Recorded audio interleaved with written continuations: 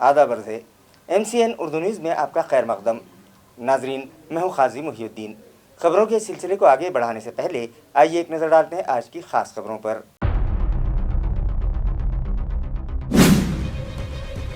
Municipal इंतजामिया ने पेश किया साल 2024-25 के लिए सालाना बजट। 4,333 करोड़ रुपये की आमदनी और 1 करोड़ 29 लाख रुपये की बजट में बताई गई बचत।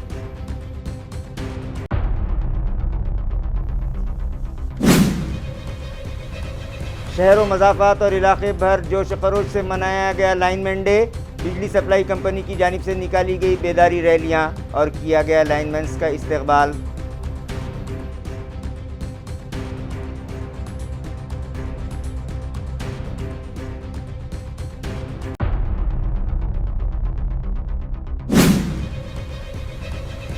इरिगेशन डिपार्टमेंट में मुख्तलिफ ओहदों पर तकर्रुरात के लिए मुनक़िद इम्तिहान का पेपर हुआ लीक। ख्वाहिशमंद उम्मीदवार हुए बरहम। दोबारा से इम्तिहान लेने के मुतालिबे पर किया जमकर हंगामा।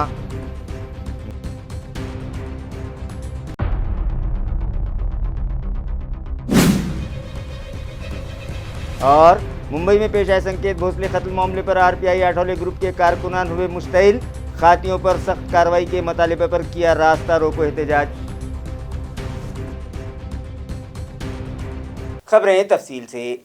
म्यूनिसिपल कॉरपोरेशन के chief account officer Santosh Wahule ने साल 2024-25 के लिए तैयार करदा बजट आज म्यूनिसिपल एडमिनिस्ट्रेटर जी श्रीकांत के सुपुर्द किया, जिसमें म्यूनिसिपल कॉरपोरेशन को तमाम ज़रायों से साल 2024-25 में 4,333 करोड़ रुपयों की आमदनी बताई गई है, जबकि तमाम अखराजात वज़ा करने के बाद इस बजट में 1 करोड़ 29 लाख रुपयों की बचत होगी। वाज़ेह है कि म्यूनसिपल कमिश्नर जी श्रीकांत ने आज माली साल 2024-25 के लिए खुसूसी मीटिंग तलब की थी, जहां उनके दौरान इक़्तिदार ये पहला बजट था। चीफ अकाउंट ऑफिसर ने बजट पेश करने के बाद एडमिनिस्ट्रेटर जी श्रीकांत ने सहाफ़ियों को बताया कि इस मरतबा का बजट अपनी नौइयत का एक शानदार बजट रहेगा, जिसमें म्यूनसिपल कॉरपोरेशन के मुख्तलिफ शोबे हयात के तरक्याती कामों को तरजीह दी गई है। इस बजट को तैयार करने से पहले साबिक़ ओहदेदारान, साबिक़ म्यूनसिपल कमिश्नर्स और अवाम की तजावीज़ मंगवाई गई थी और इन तजावीज़ को सामने रखते हुए ये बजट बनाया गया है। उन्होंने मज़ीद कहा कि इस बजट में उन्होंने ख़वातीन को मुस्तहकम बनाने के लिए भी कुछ तरक्याती काम रखे हैं। बिलखुसूस म्यूनसिपल कॉरपोरेशन की जानिब से मज़ीद 3 पेट्रोल पंप शुरू करने का मंसूबा बनाया गया है, जिसमें एक पेट्रोल पंप पर ख़वातीन की खिदमात हासिल की जाएंगी तो एक पेट्रोल पंप पर अपाहिज और जिस्मानी तौर पर माजूर अफराद को मुलाजिमत दी जाएगी ताकि उन्हें कौमी धारे से जोड़ा जा सके। उन्होंने बताया कि साल 2023-24 का तरमीमी बजट भी पेश किया गया, जिसमें ओपन बैलेंस 129 करोड़ 29 लाख 87 हज़ार रुपये था। साल रवां की सभी सोर्सेस से होने वाली आमदनी 1678 करोड़ 9 लाख 36 हज़ार, इस तरह से 1807 करोड़ 39 लाख 23 हज़ार की जुमला आमदनी में से 1629 करोड़ 36 लाख 12 हज़ार रुपये मुख्तलिफ़ कामों पर खर्च होंगे और साल 2023-24 में 178 करोड़ 3 लाख 11 हज़ार रुपयों की बचत होगी, जो साल 2024-25 का ओपन बैलेंस होगा और सरकारी इमदाद समेत सभी ज़राए से उसूल होने वाली कुल आमदनी 4,154 करोड़ 99 लाख 70 हज़ार, इस तरह से जुमला आमदनी 4,333 करोड़ होगी, जिसमें 4,331 करोड़ 73 लाख के अखराजात का अंदाज़ा है, जिसके बाद इंतज़ामिया को 1 करोड़ 29 लाख 81 हज़ार की बचत होगी, जिसमें मुख्तलिफ नए तरक्याती काम जैसे बागात, fire brigade, grounds, schools, health, hospitals, bridges, दरवाज़े, हेरिटेज प्रॉपर्टीज़ के तहफ़्फ़ुज़, भाजी मंडी, पार्किंग और ख़वातीन और जिस्मानी तौर पर माजूर शहरियान के लिए खुसूसी तरक्याती काम शामिल किए गए हैं। आज 6 मार्च 2024 रोजी छत्रपती संभाजीनगर महानगरपालिकेच्या 2023-24च्या सुधारित व 24-25च्या अर्थसंकल्प प्रशासक तथा आयुक्त या नात्याने आज सादर केलेले आहे आणि त्यामध्ये 2024-25च्या अर्थसंकल्प यावर्षी जनतेचं बजेट म्हणून आपण या ठिकाणी सादर केलेले आहेत आणि प्रामुख्याने त्यामध्ये जनतेचा विचार आणि तसेच अभिरूप सभा आपण घेऊन जे सन्मान्य माजी नगरसेवक असतील आणि माजी महापौर असतील आणि माजी आयुक्त जे या शहरामध्ये जे करावायचं होतं आणि असे सर्व संकल्प घेऊन या ठिकाणी समाविष्ट करण्याचा प्रयत्न केलेला आहे आणि त्यामध्ये प्रामुख्याने सिटी फर्स्ट हा संकल्प घेऊन आपण केलेला आहे. त्यामध्ये प्रामुख्याने पाणी पुरवठा योजना असेल, ड्रेनेज असेल, पाळीव प्राण्यांचा असेल, गार्डन असेल, म्युझियम असेल, स्पोर्ट्स असेल, सर्व समावेशक आपण करण्याचा प्रयत्न केलेला आहे. जवळपास 4,333 कोटीचं त्यामध्ये स्वउत्पन्न आणि तसेच राज्य शासनाचे केंद्र शासनाचं अनुदान गृहीत धरून आपण 4,333 कोटीचं, परंतु त्यामध्ये शिल्की बजेट आपण सादर केलेलं आहे आणि 2024-25 हा आर्थिक वर्ष या शहरासाठी फार महत्त्वाचे वर्ष असणार आहे. त्यामध्ये नवीन DP प्लॅन असेल, 100% ड्रेनेज मुक्त असेल आणि तसेच 100% प्रत्येक घराला नळ जळ कनेक्शन आपण देण्याचा असेल आणि त्यामध्ये 24/7 पाणी आपण देण्याचा संकल्प असेल. त्यामध्ये गार्डन्स, ग्राउंड्स, स्पोर्ट्स आणि दिव्यांग भवन असेल, असे विविध रीतीने नाविन्यपूर्ण असे प्रकल्प यावर्षी घेण्याचा आपण प्रयत्न केलेला आहे आणि मला खात्री आहे जनतेने त्यांचं कर्तव्य म्हणून त्यांची जे टॅक्स आहे ते वेळेवर आपण कर भरावा. वेळेवर कर भरणाऱ्यांना सप्ततारांकित कर धोरणही आपण घेतलेलं आहे. त्यामध्ये पहिल्यांदाच पूर्ण भारत देशामध्ये एक अशा पद्धतीचा 7 स्टार स्मार्ट सिटीजन म्हणून आपण कॉन्सेप्ट केलेला आहे. त्यामध्ये पर्यावरणपूरक योजना राबवणाऱ्यांना सर्व मालमत्ताधारकांना 10% आपण मालमत्ता करामध्ये सूटही दिलेला आहे आणि नवीन मालमत्ता तयार होणाऱ्यांच्या लोकांना करही आपण त्यामध्ये वाढ केलेली आहे. परंतु जुन्या जे काही घरं आहे त्यांना कुठलाही एकही रुपये आपण वाढवलेले नाही आहे. प्रत्येक वर्षी 10-15 हजार एवढं घर तयार होत असतं, तेवढ्या लोकांना नवीन टॅक्स रेट्स त्या लागू होतील. परंतु जुन्या लोकांना एकही रुपये आपण वाढ करण्यात आलेली नाही आहे. त्यामध्ये जवळपास 15 ते 20% नवीन कर्मचारी भरती करून महानगरपालिकेमध्ये एक फ्रेश रिक्रुटमेंट आपण केलेले आहेत. काही रिक्रुटमेंट बाकी आहे तेही आपण पूर्ण करणार आहे आणि या सर्व बजेट सादर करत असताना आणि माझं हा पहिला बजेट आहे आणि हा पहिला बजेट जेवढा आपण अपेक्षित केलेलं आहे ते सर्व रूपांतरण करण्यासाठी आपण अहोरात्र आपण प्रयत्न करू, एवढंच मी या ठिकाणी जनतेला सांगू इच्छितो. त्यामध्ये आपण आधुनिक पद्धती वापर करणार आहे, टेक्नॉलॉजी वापर करणार आहे. स्मार्ट सिटीमध्ये GIS बेसची मॅप्स आहेत, त्या मॅप्स वापर करून जे अजून कराचे नेटवर्कमध्ये आलेले नाही आहे ते स्वतःहून यावा, जेणेकरून आपले पेनल्टी लागणार नाही. जर स्वतःहून न येता जर आम्ही शोधून जर घेतलं ते आपल्याला फार मोठ्या प्रमाणावर पेनल्टी लागणार आहे. त्यामुळे नागरिकांना आव्हान आहे की जर आपले मालमत्ता या शहरामध्ये आहे, ओपन प्लॉट आहे, ते तुम्ही स्वतःहून कर लावून घ्यावी, अशी मी नम्र विनंती करतो. म्यूनिसिपल कॉरपोरेशन का 43वां बजट आज पेश किए जाने की खबर आम होने के बाद सबकी नज़रें इस बजट पर मरकूज थीं।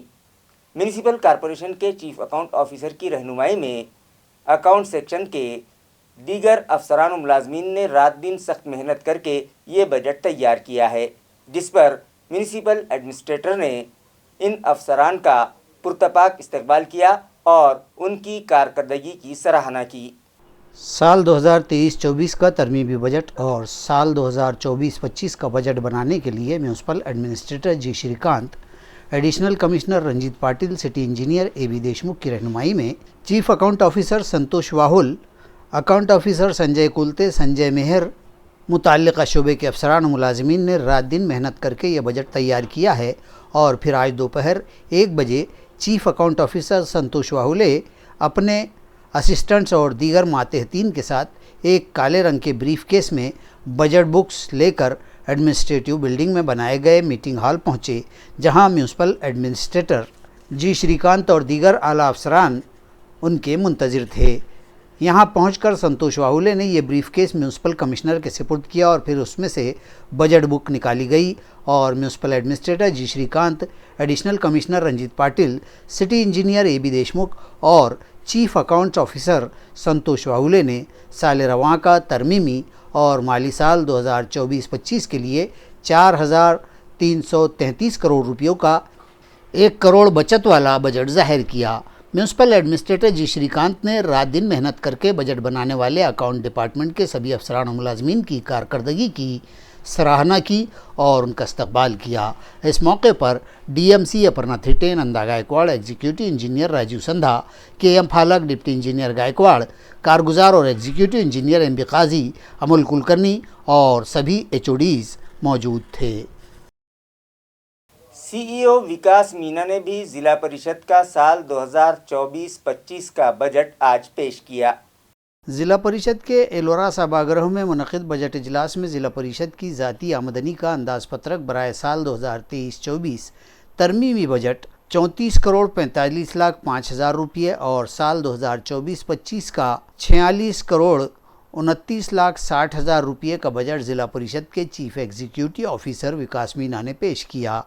बजट 2024-25 में मुख्तलिफ योजनाओं पर होने वाले खर्च की तजावीज़ से मुतालिक मीना ने वजाहत की, जिसमें तामीरात पर 2 करोड़ 24 लाख 3 हज़ार, तालीमात पर 2 करोड़ 39 लाख 10 हज़ार, सेहत खदमात पर 55 लाख 5 हज़ार, पानी फराहमी पर 6 करोड़ 80 लाख, समाज कल्याण पर 9 करोड़ 73 लाख 20 हज़ार, माजूरीन के लिए 1 करोड़ 15 लाख 11 हज़ार, ख़वातीन व बहबूदी अतफ़ाल पर 1 करोड़ 55 लाख 8 हज़ार, एनिमल हस्बेंड्री पर 1 करोड़ 12 लाख रुपये, पंचायत राज प्रोग्राम पर 4 करोड़ 90 लाख, सिंचाई पर 1 करोड़ 75 लाख, ज़रूरी बायोगैस पर 30 लाख 70 हज़ार, तामीरात रास्ते ट्रांसपोर्ट के लिए 8 करोड़ और सिंचाई तालाबों के लिए 2 करोड़ 61 लाख रुपये की तजावीज़ इस बजट में रखी गई हैं।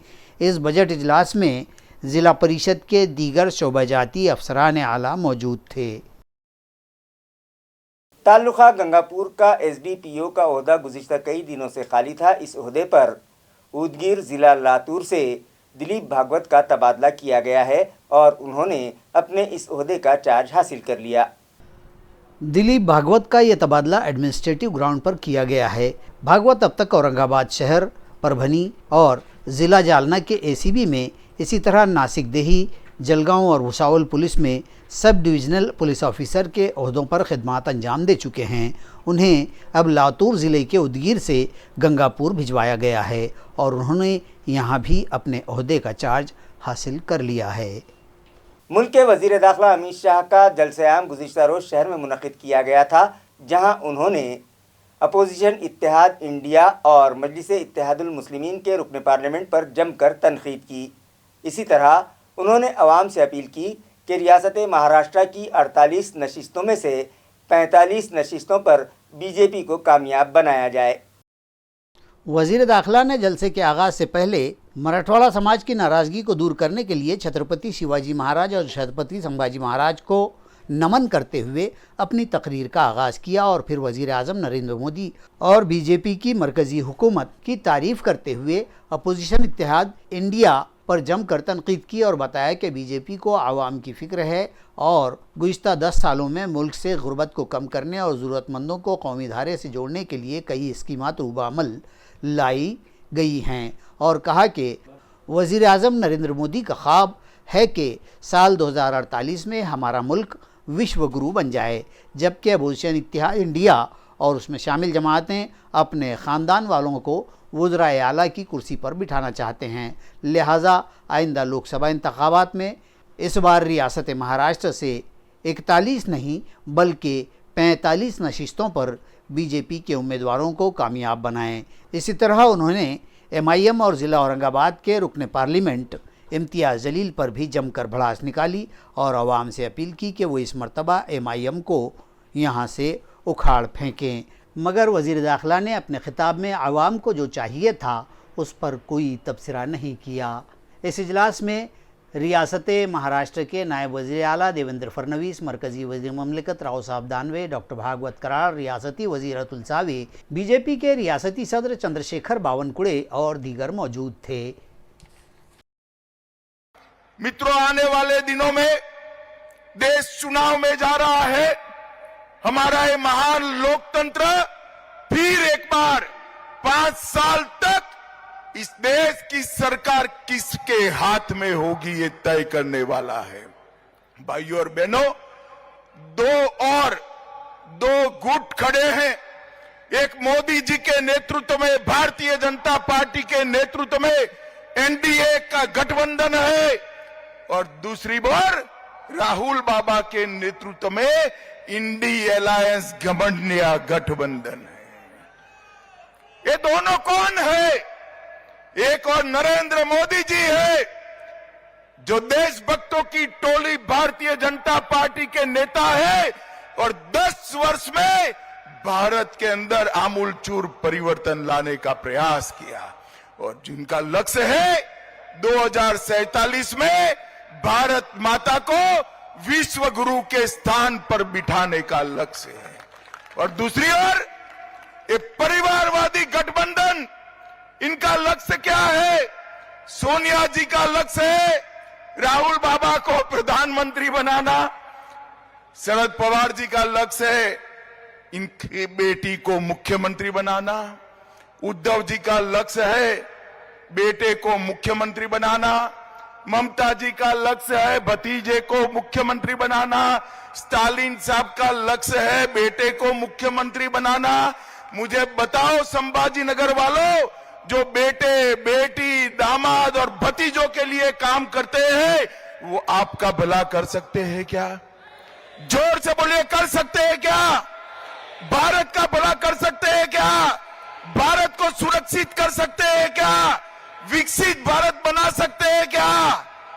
ये सारा काम केवल और केवल नरेंद्र मोदी के नेतृत्व में भारतीय जनता पार्टी कर सकती है। परंतु मित्रों, आज मैं संभाजी नगर आया हूं। संभाजी नगर ने एक कसक छोड़ दी थी। देश के पहले गृह मंत्री, लौह पुरुष, भारत रत्न सरदार पटेल ने ये मराठा वाड़ को निजाम के कुशासन से मुक्त किया था और मजलिस को यहां से हटाने का काम किया था। हमारी छोटी सी गलती, छोटी सी आलस, और आज फिर से मजलिस बैठी है। संभाजी नगर वालों को एक कबूल है क्या? जरा जोर से बोलिए, आप सहमत हो क्या? आज इस सभा से संकल्प कर कर जाइए, सरदार पटेल ने जो आजादी के बाद निजाम से मुक्ति दिलाई थी, ये नए निजामों को आप फिर से एक बार घर में बिठाकर उनकी जगह बताने का काम करेंगे। भाई और बहनों, इस बार 40-41 नहीं चलेगा, इस बार 45 से ज्यादा सीटें मोदी जी की झोली में डालने का काम महाराष्ट्र की जनता ने किया। वजीर दाखिला अमित शाह ने एमपी इम्तियाज जलील से मुताल्लिक जो तबसरा किया, इस सिलसिले में हमने एमपी इम्तियाज जलील से उनके तासुरात जानने की कोशिश की। आइए उन्होंने इस ज़िमन में क्या जवाब दिया। देखिए, लड़ाई कोई भी लड़े, कम से कम ये जाहिर तो करे कि आप औरंगाबाद से किसको लड़ाने वाले हैं, कौन सी पार्टी लड़ने वाली है। कम से कम ये तो डिसाइड कर ले कि या ऐसा हो रहा है कि कोई लड़ने के लिए तैयारी नहीं हो रहा है, इस वजह से है तो आप छुप के बैठे हुए हैं कि नहीं भाई अभी हम डिक्लेयर ही नहीं कर पा रहे हैं क्योंकि हमारे पास कोई आने के लिए तैयार नहीं है।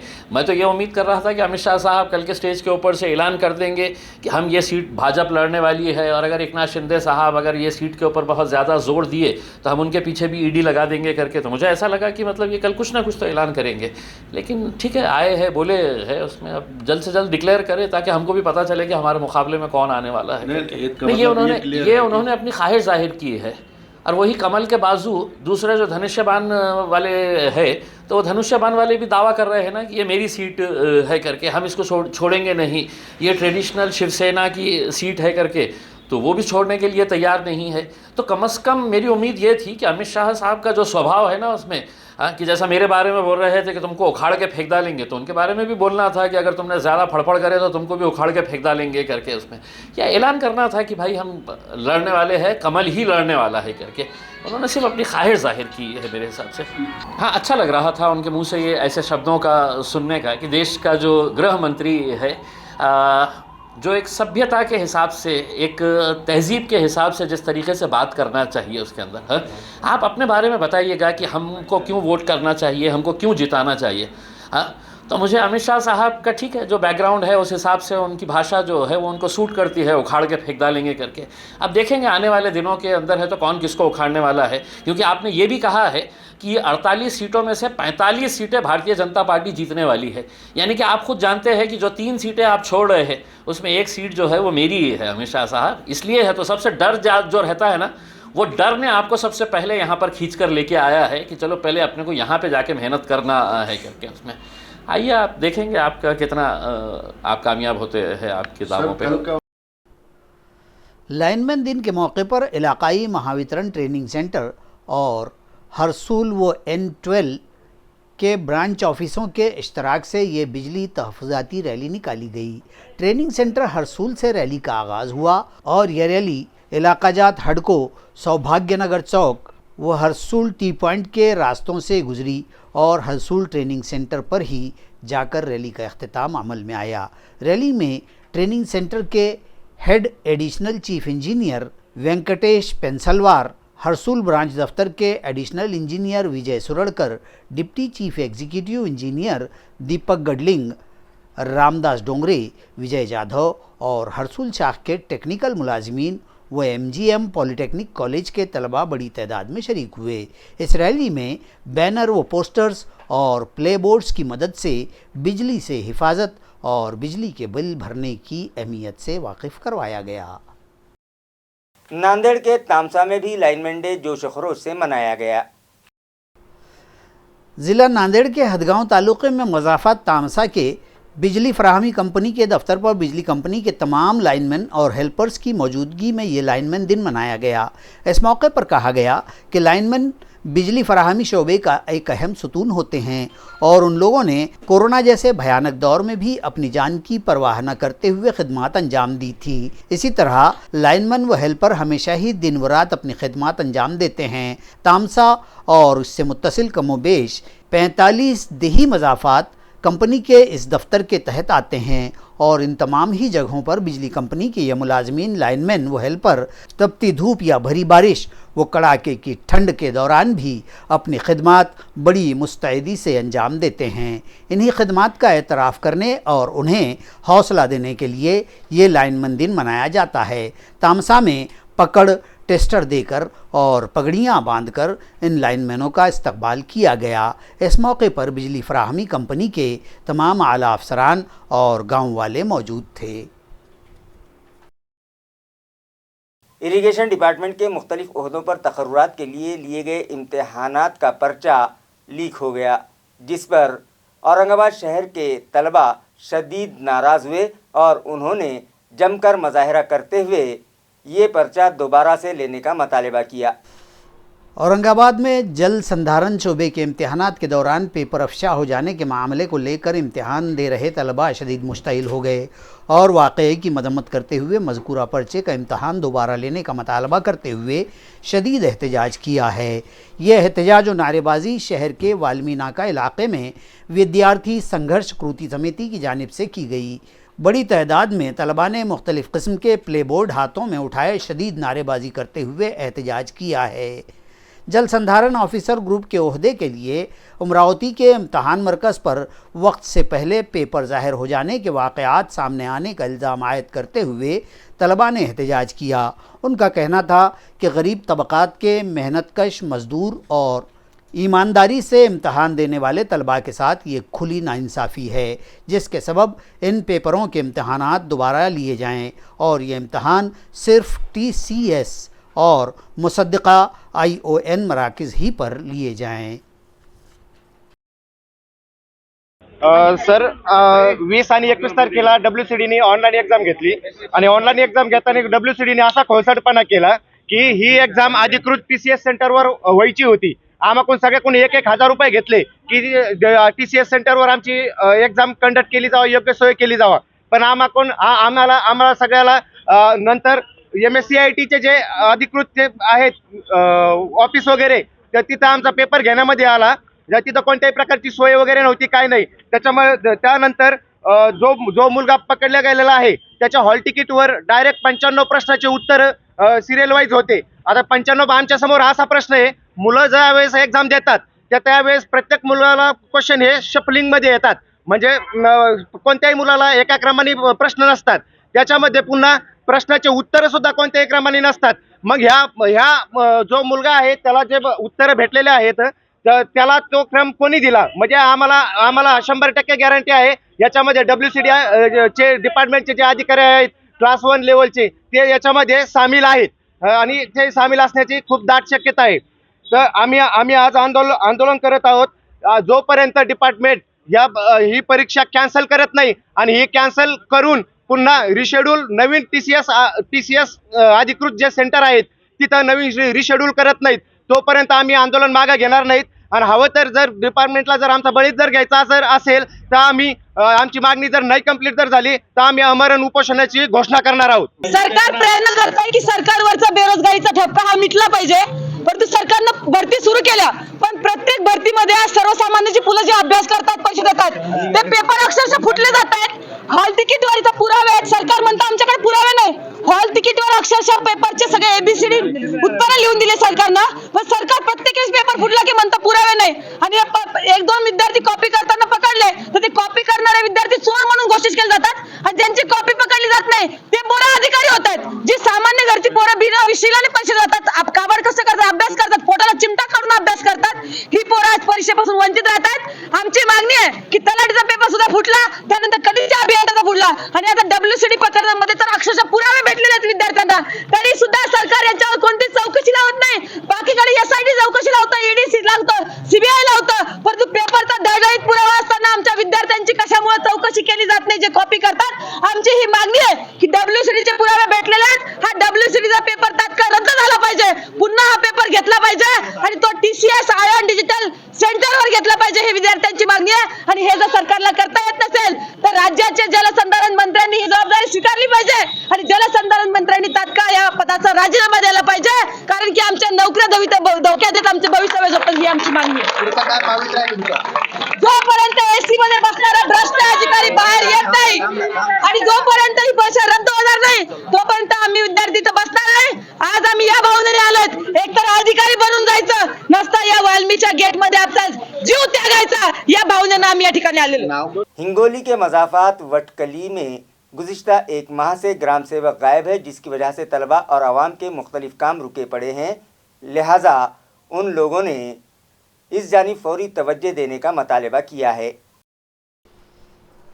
आया रहे कि गांव में ग्राम पंचायत की सतह पर कोई भी ग्राम सेवक हुकूमत का अहम कारुंदा होता है और इसके ज़िम्मे गांव के मुख्तलिफ उमूर और गांव वालों की खिदमात होती हैं.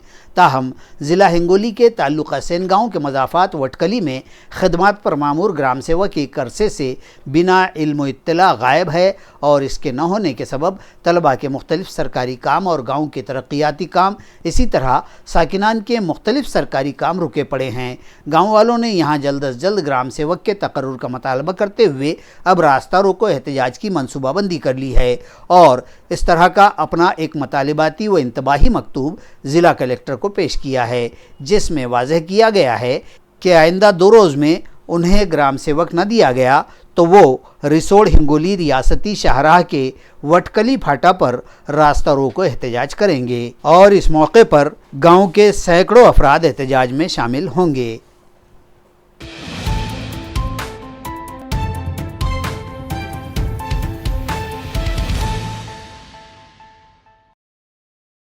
यह एहतजाज Republican Party of India Athawale group के कायद राहुल गायकवाड़ की क़ियादत में किया गया. एहतजाजियों का कहना था कि भिवंडी मुंबई में दलित कमसिन लड़के संकेत भोसले को ज़ातिवादी गुंडों ने बेरहमी से कत्ल कर दिया. ये वारदात इंतहाई काबिल मज़म्मत है. दलित एहतजाजियों ने वजाहत की कि रियासत महाराष्ट्र में दलितों पर मजालिम और उनके ख़िलाफ़ जराइम की वारदात रोज़ बरोज़ बढ़ती जा रही हैं. कत्ल के इस वाक़े के मुलज़िमों को फ़ौरन गिरफ़्तार करने और फास्ट ट्रैक कोर्ट में समाअत के बाद उन्हें सख्त से सख्त सज़ा देने का मुतालबा किया गया है. झाल्टा फाटा चौक में सैकड़ों एहतजाजी मर्द व ख़वातीन कारकुनान ने इस रास्ता रोको एहतजाज में हिस्सा लिया. सतत दलितावरती अन्याय होतात, इतर जाती धर्मावर अन्याय का होत नाहीत याचा आम्ही विचार करतो. नेत्याला देखील हा प्रश्न आम्ही विचारला. सतत आमच्याच लोकांवर अन्याय का होतात. आम्ही खैरलांजीपासून आतापर्यंत अन्याय सहन करत आलो. आमच्या कुठल्याही समाजावरती अन्याय होतोय, या अन्यायाला आम्ही आता सहन करणार नाही. आता बरेच दिवस आम्ही सहन केलं. आमच्या नादान बालिकेची हत्या केली, त्या हत्या करणाऱ्याला फाशीची शिक्षा झाली पाहिजे. या लहान मुलाची भिवंडी मुंबई या ठिकाणी हत्या करण्यात आली, तर याच्या मागचं षडयंत्र कोणाचं आहे? या आरोपींना फाशीची शिक्षा झाली पाहिजे. याकरिता आम्ही सगळ्या समाज बांधवांनी आमच्या भीमवाडीच्या वतीने गट नंबर 472 या लोकांच्या वतीने आम्ही रास्ता रोको आंदोलन केले. याचे कारण की यांच्या आरोपीला फाशीची शिक्षा जलदगती न्यायालयात चालून ही होणं गरजेचं आहे. त्या संदर्भात आम्ही सगळ्या समाज बांधवांनी रास्ता रोको केलेला आहे. न्याय मिळाला नाही तर याच्यापेक्षा कठोर कारवाई आम्ही करू. आता तर आम्ही 2 हायवे जाम केले, पण आम्ही पूर्ण महाराष्ट्र जाम करू. ही ताकद RPI मध्ये आहे. एवढीच मागणी आहे की तो खूप छोटा होता, तो काही मोठा नव्हता. जे मोठ्यांना खेटलं तर मोठे त्यांच्यासोबत खेटू शकतात, पण तो इतका लहान होता का त्याला अजून समाजाचं काहीही कळालेलं नव्हतं. आमची फक्त एवढी अपेक्षा आहे की नुसतं त्यांना अशी शिक्षा नको, ते सुटून येतील 10 वर्षांनी 20 वर्षांनी. त्यांना फाशी ही झालीच पाहिजे. जर याच्यानंतर असे गुन्हे नंतर होऊ नये म्हणून त्यांना यावेळेस जर फाशी झाली तरच त्यांचं पुढं चालून हे गुन्हे थोडेसे बंद होतील. जर याच्या पुढं पण असं चालू राहिलं तर आम्हाला कठोर पाऊल उचलून काहीतरी पुढचं ॲक्शन घ्यावंच लागेल. ते सरकार घेईल तेव्हा घेईल, पण ही पब्लिकनं घेणं आता खूप गरजेचं आहे.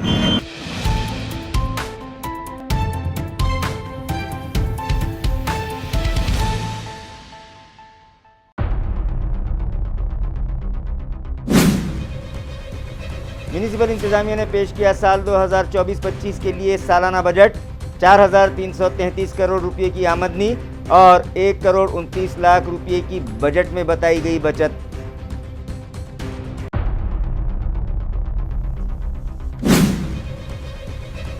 शहरों मज़ाफ़ात और इलाके भर जोश खरोश से मनाया गया लाइनमैन डे. बिजली सप्लाई कंपनी की जानिब से निकाली गई बेदारी रैलियां और किया गया लाइनमैन्स का इस्तकबाल.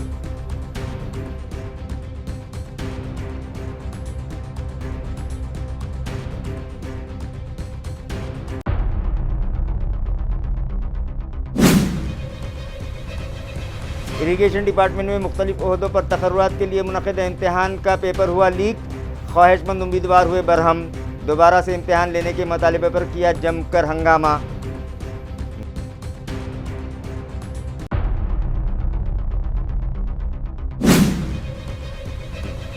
और मुंबई में पेश आए संकेत भोसले कत्ल मामले पर RPI आठौले ग्रुप के कारकुनान हुए मुश्तइल. खातियों पर सख्त कार्रवाई के मतालिबे पर किया रास्ता रोको एहतजाज.